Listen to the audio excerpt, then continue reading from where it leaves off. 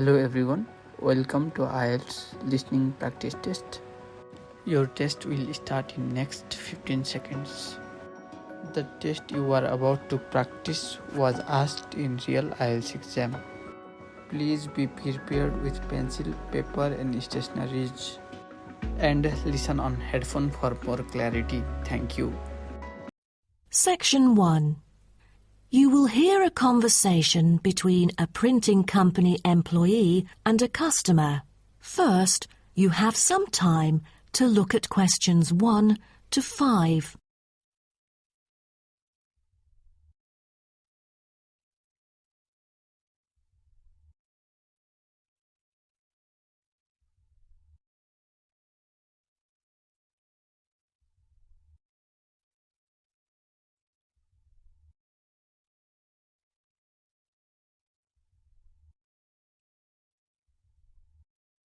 You will see that there is an example which has been done for you.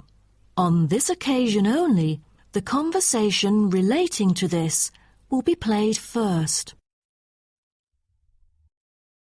Good afternoon. Welcome to Matrix Printing. I'm John Smith. How can I help you? Good afternoon. I'm here to reprint a brochure for our hotel. There are some pages that need revising.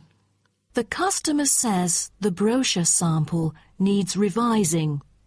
So, brochure has been written in the space. Now we shall begin. You should answer the questions as you listen, because you will not hear the recording a second time. Listen carefully and answer questions 1 to 5. Good afternoon. Welcome to Matrix Printing. I'm John Smith. How can I help you? Good afternoon. I'm here to reprint a brochure for our hotel. There are some pages that need revising. Sure. How may I address you? Oh, I'm Mary Jane from Central Hotel Chains. Nice to meet you. I've got samples of the previous version. I assume it is your company's advertising brochure. Yes. What exactly is the problem? Well, it was printed the year before, so some of the information is already out of date. There are also a couple of problems with the layout. Firstly, the letters of the address on the front page are far too small. It's hard to see when glancing at the cover. How big do you need it to be? Increase the letters by 3 font sizes. Just a minute. Let me take notes of your requirements. Okay. What else needs changing? The information regarding the pool should be deleted because it is currently under renovation and is not available. So, all of the relevant descriptions on page 2 should be removed? What do we replace it with? We can't just leave the whole page blank. Just fill it in with the introduction of our newly opened gym. I've included all the relevant information here in this flash drive. Let me check. I see. No problem then. What is also bothering us is that the description under the top photos on page 4 is incorrect. The word lounge needs to be replaced with reception. Fully noted. Is that all? No, there is more. Turn to page 5. We feel that showing merely the picture of our exterior and interior decoration does not fully represent the appeal of our hotel. On second thought, we've decided to use a picture with the view of the hotel. Do you have the original copy of the picture? Yes, it is also enclosed in the flash drive. Okay. We'll re-edit the whole layout of the photos. Great. Before you hear the rest of the conversation, you have some time to look at questions 6 to 10.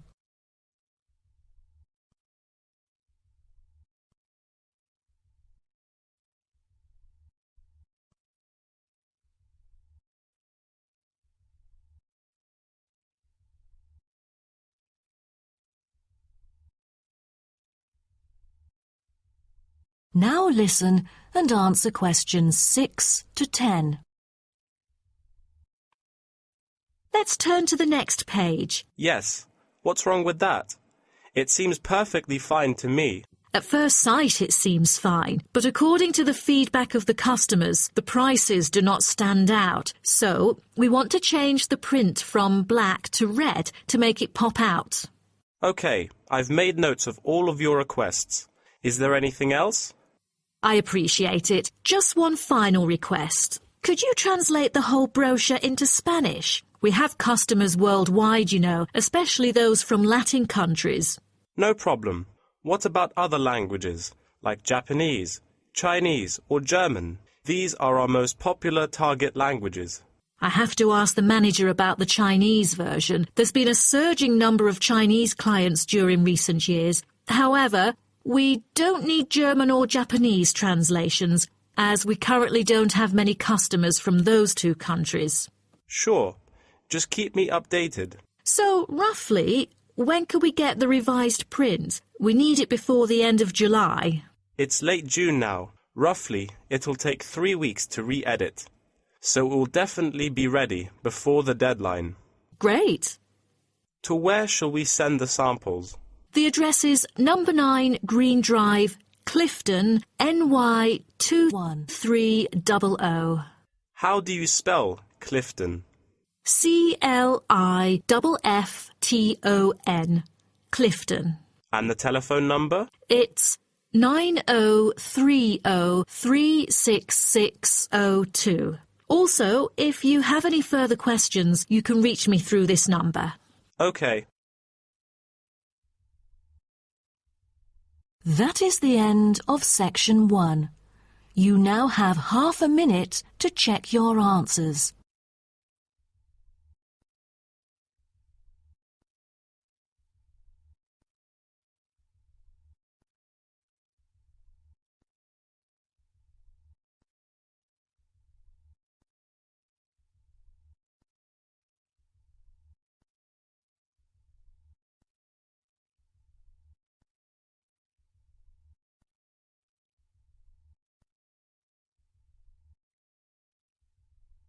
Now turn to Section 2. Section 2. You will hear a guide talking to a group of visitors about a national park. First, you have some time to look at questions 11 to 16.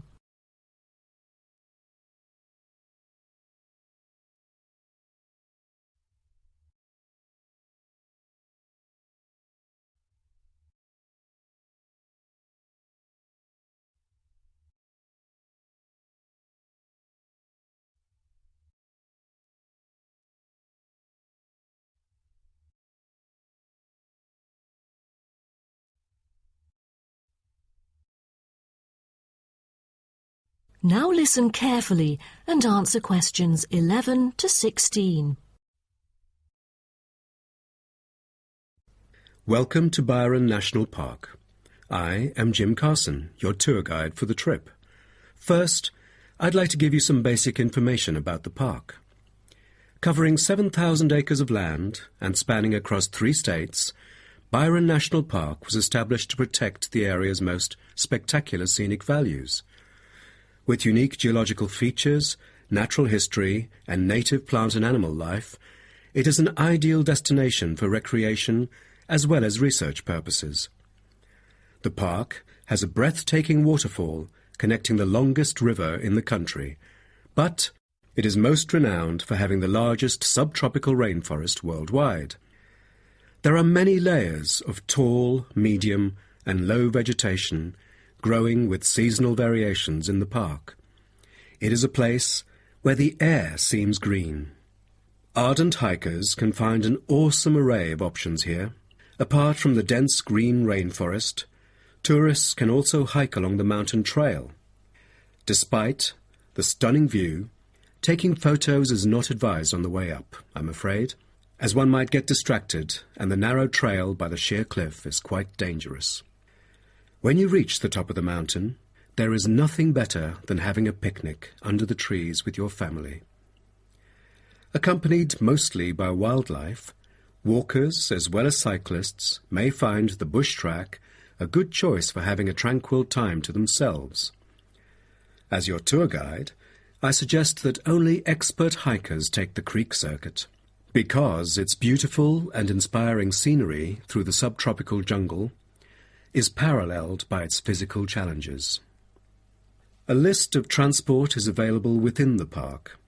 Bicycles are a popular choice as it is the most flexible way to get around. Electric trams are temporarily closed for maintenance. Boat trips down the river are an ideal way to spend a tranquil afternoon. Rest assured that transport within the park is covered in the bill. Extreme sports is another highlight of the park. There are, for adventurous grown-ups, especially those who are comfortable with having a racing heart, scary as it may sound, it is actually safe to participate in extreme sports under strict instructions and close supervision. Abseiling is available regardless of the weather. It is a fun way to overcome fear of heights, gain new skills, and get an adrenaline rush.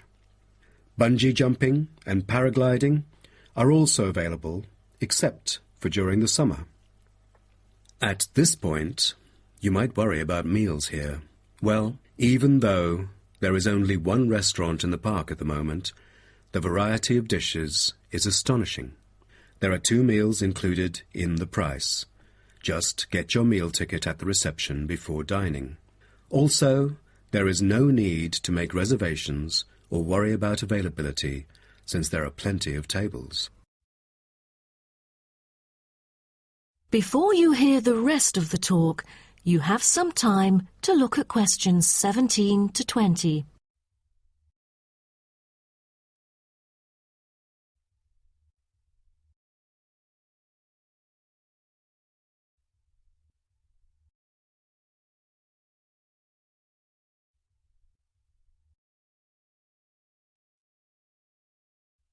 Now listen and answer questions 17 to 20. During your stay here, you might want to know what there is to do. Let's turn to the plan so I can familiarize you with the layout of the park. Most tourists would choose to stay in our guest house, located in the southeast corner. It features 63 tastefully appointed guest rooms, many of which offer spectacular views of the park. You'll find a home away from home at our guest house. But for those who want to experience the natural beauty up close, there is also a campsite. When you get out of the guest house, go straight ahead, turn right at the end of the road. To your left, there is a campsite amongst the trees where you could spend a night under the stars together with owls and chipmunks. If you look at the top left of the plan, you will notice a picnic area. You can either bring your own food, or we can deliver food to you. Barbecue is an option. The business centre is situated directly opposite the picnic area. It provides flexible, fully serviced offices, conferencing suites, meeting rooms, and is equipped with the latest multimedia facilities. Wired, as well as wireless, high-speed internet is available within the entire premises. The centre is designed to cater to both individual travellers and corporate groups. Visitors can also go to the museum, which holds a vast collection that exhibits local history and a natural habitat.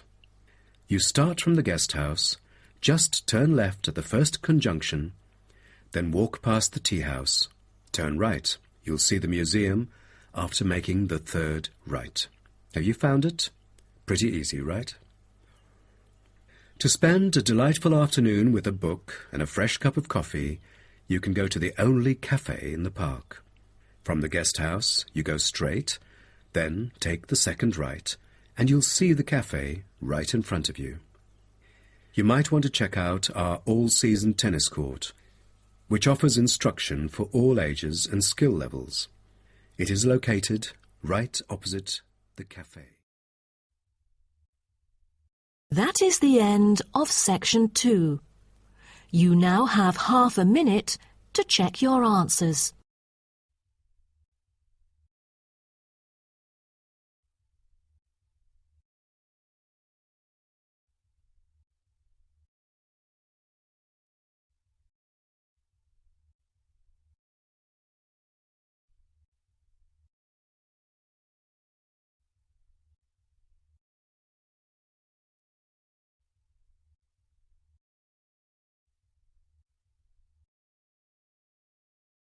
Now turn to Section 3.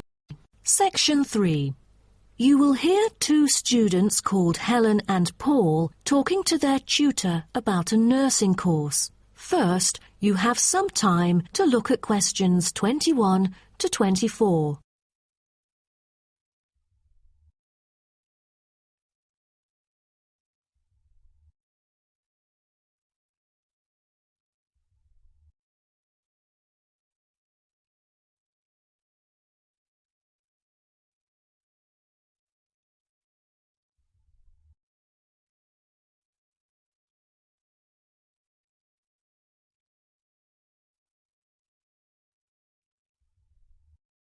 Now, listen carefully and answer questions 21 to 24. Helen and Paul, congratulations to you both for doing so well the past semester. You two have exhibited an impeccable performance during your first year in the nursing program. I'd like to get some feedback from the two of you to better improve the program and to provide guidance for our prospective students. I'd like to start with you, Helen. So, first of all, which aspect of the program impressed you? Well, to be honest, when I was enrolled into the course, I was expecting a group of classmates my age. But as I stepped into the classroom for the first time, I was surprised by the diversity. Most were in their 20s, but there were also those in their 30s or even 40s. As it turns out, the intergenerational communication has sparked intense debate and new thinking, and I think that's something special about the programme that I appreciate very much. What about you, Paul? What do you think of the program? For me, the group project we carried out last semester is another key feature of the program. The whole class was divided into 8 different groups, working on 8 prospective cases. Team-building sessions were conducted in a collaborative way most of the time. Comprised of 5 members, our group studied acute pancreatitis. During the process, we broke the task into different parts and assigned them to each member. We were then able to tackle the complex problem by pooling our knowledge and skills. More importantly, stronger links were established between the group members. Because of the project, we've all become good friends. That's true. According to graduates, group projects prepare them for the work world in which teamwork and collaboration are increasingly the norm. So tell me, Paul, what else do you like about the program? I want to be a registered nurse, working in a public hospital after graduation.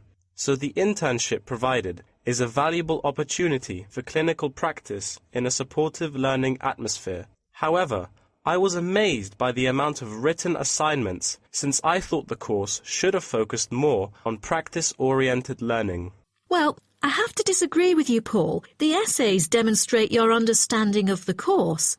For me, writing essays is a process that involves critical thinking, which challenges me to develop my points more thoroughly. I thus manage to gain a diversity of perspectives.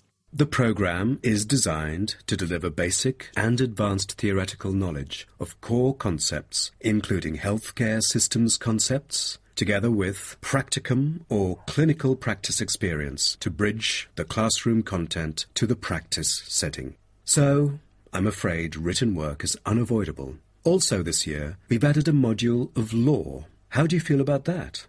At first, we felt that learning law is kind of redundant and too time-consuming. After a few sessions, we realised that it is necessary in dealing with future medical disputes.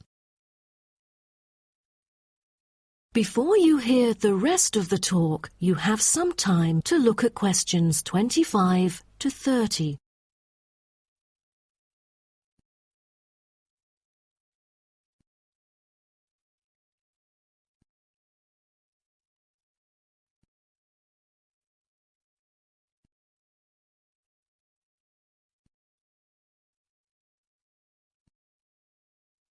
Now, listen and answer questions 25 to 30.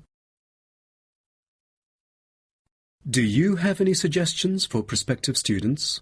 What bothers me most is handing in essays on time. I almost missed the deadline once because there were 3 essays due within the same week, so rationalizing your time is critical. Well, that's true. The lectures deliver so much useful information. I have poor memory, so I kept making notes and revisiting them on a regular basis. To my surprise, at the end of the semester, I have learnt the key concepts by heart. How was the research? I heard that it was quite challenging. How did you manage to overcome the difficulties? That's true. The majority of us had no clue how to carry out the research at first. Fortunately, when I was digging up reference materials at the library, I sought help from the librarian. She taught me about finding the appropriate resources and choosing the proper research methods. Have you checked out the online forum? Yes, it has become a habit for me to visit the forum regularly. In a sense, it extends classroom learning.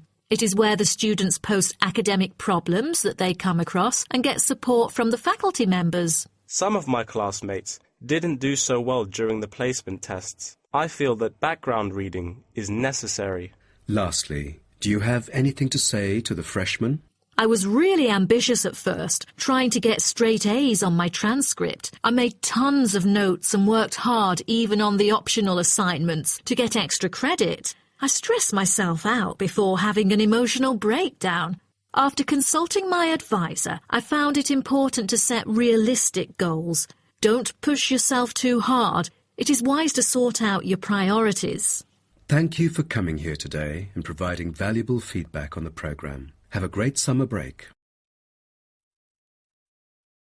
That is the end of section 3. You now have half a minute to check your answers.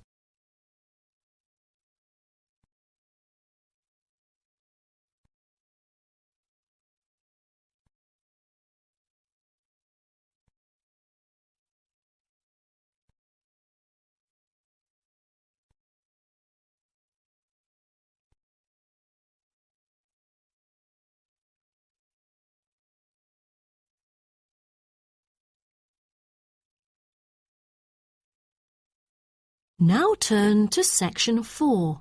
Section 4. You will hear part of a lecture about African penguins. First, you have some time to look at questions 31 to 40.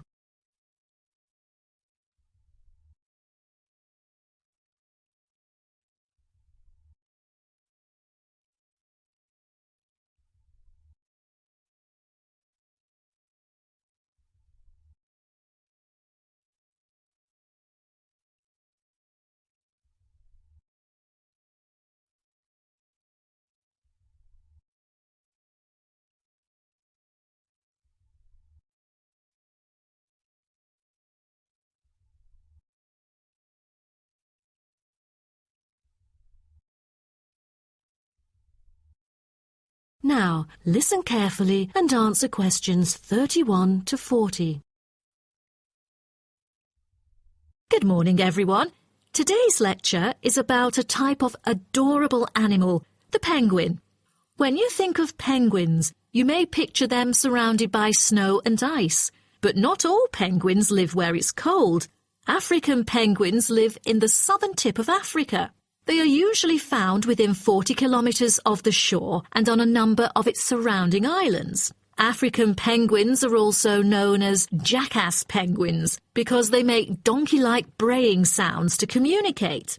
African penguins can keep their body temperature at a stable level, but their land habitat can get quite warm, so there are a number of ways for them to stay cool. They limit their daylight movements on breeding sites on land to early mornings and early evenings to avoid too much sun. The pink glands above their eyes can help them cope with the temperate climates.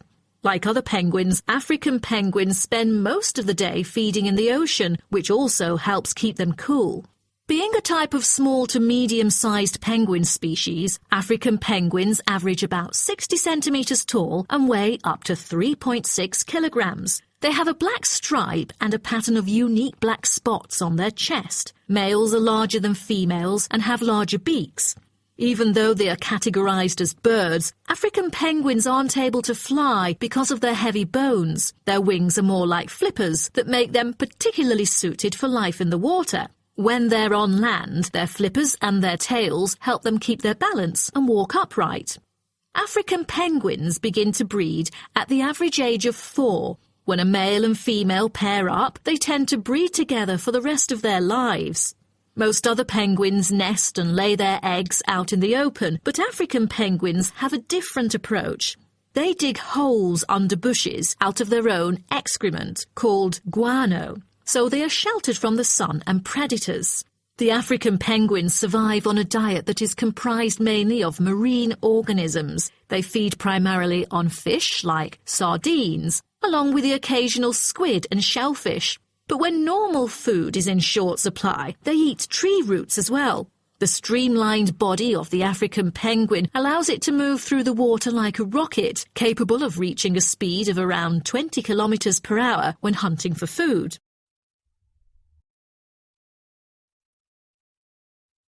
The African penguin's smaller size means that it has many predators both in the water and also on dry land.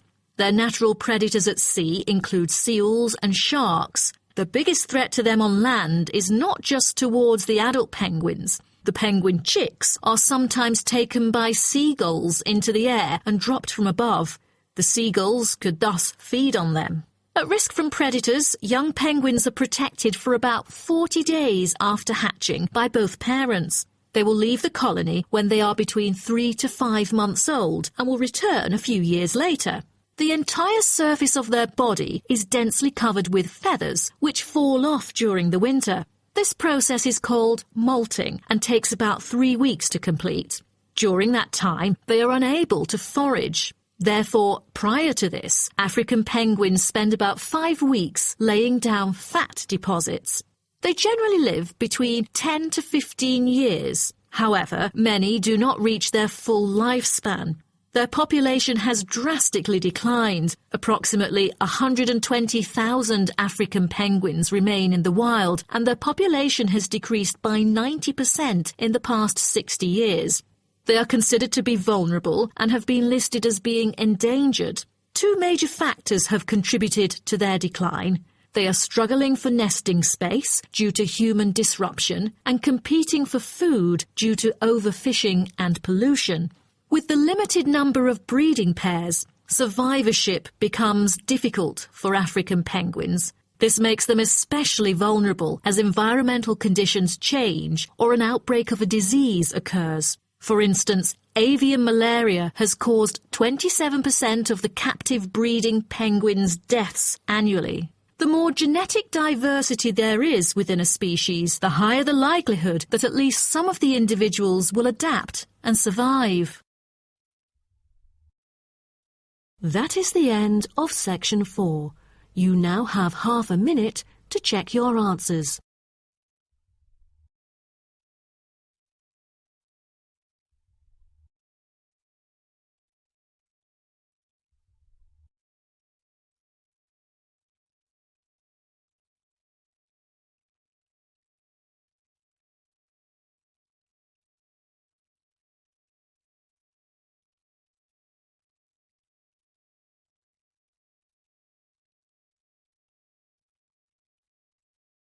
That is the end of the listening test.